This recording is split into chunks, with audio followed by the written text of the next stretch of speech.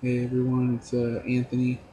I just want to give you guys a quick update. It's been really hectic around here.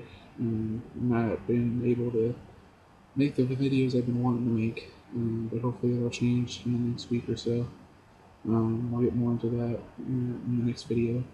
But for now, to kind of give you guys a little preview of what's to come, I wanted to do a short reading from my upcoming novel, which will be free. It's called Epicenter. It's a apocalyptic type of tale, I should say. Um, it's got a lot of great characters and a lot of action and love story. And it's got a bit of everything.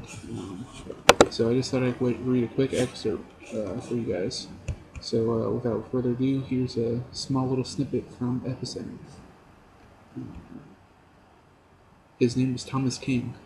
Among all of the other fuzzy details and haunting memories, that man's name will forever be burned onto my brain. My name is Clark Ewing. I was an FBI agent stationed in Los Angeles, California. I am 30 years old and am happily married to my high school sweetheart, Monica.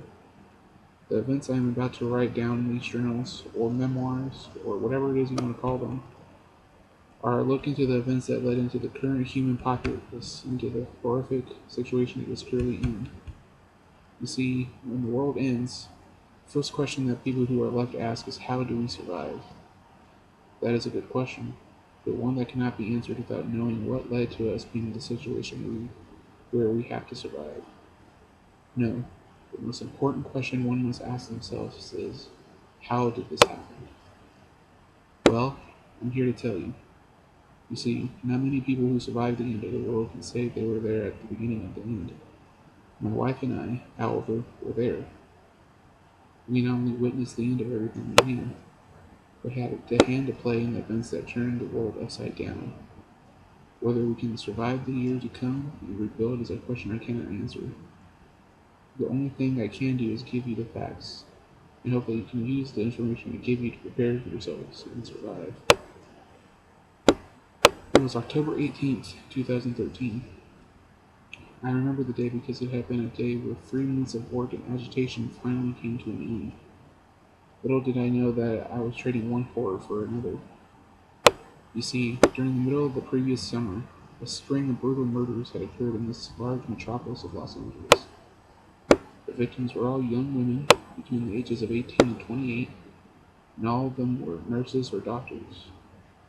After their first week on the case, we had 4 victims. The killer was dubbed the LA Slayer by the press. The brutal murders consisted of a victim being cut open on the torso, as if the killer had been looking for something in their victim.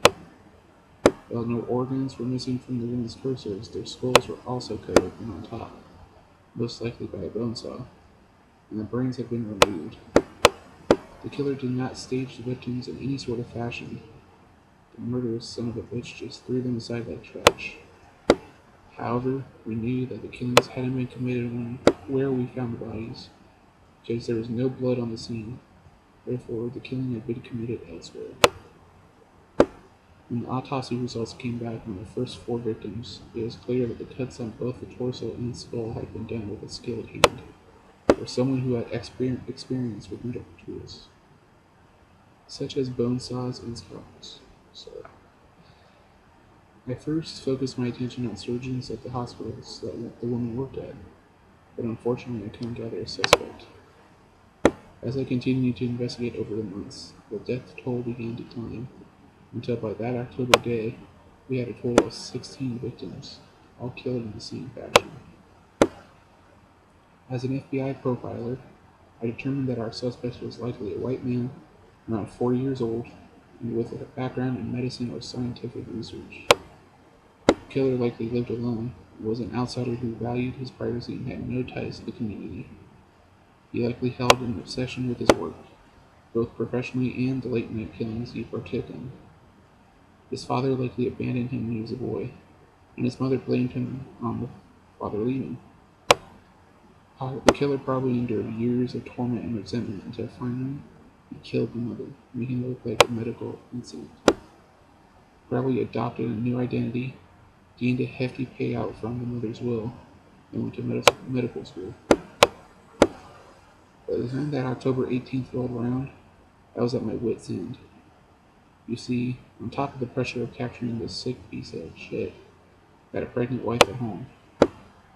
We lived in a 2-bedroom studio apartment in the heart of Los Angeles, and although we did not want for much, the added pressure of parenthood was beginning to wear on me. I'd always known I wanted to have kids, but as an FBI agent, dealing with all the horror that humanity has inflicted on itself, I've always had a fear that I wouldn't be able to protect my family. I think I'll stop it there. Just gives you a little taste of who the character is that this story is based on. Agent Clark Young with the FBI. This story will have 2 parts to it. The first half of the story will be about what led up to the apocalypse, and the second half will be about surviving the apocalypse and where we go from there. As a people, as humanity. Um, where do we go once we've survived an ordeal like that?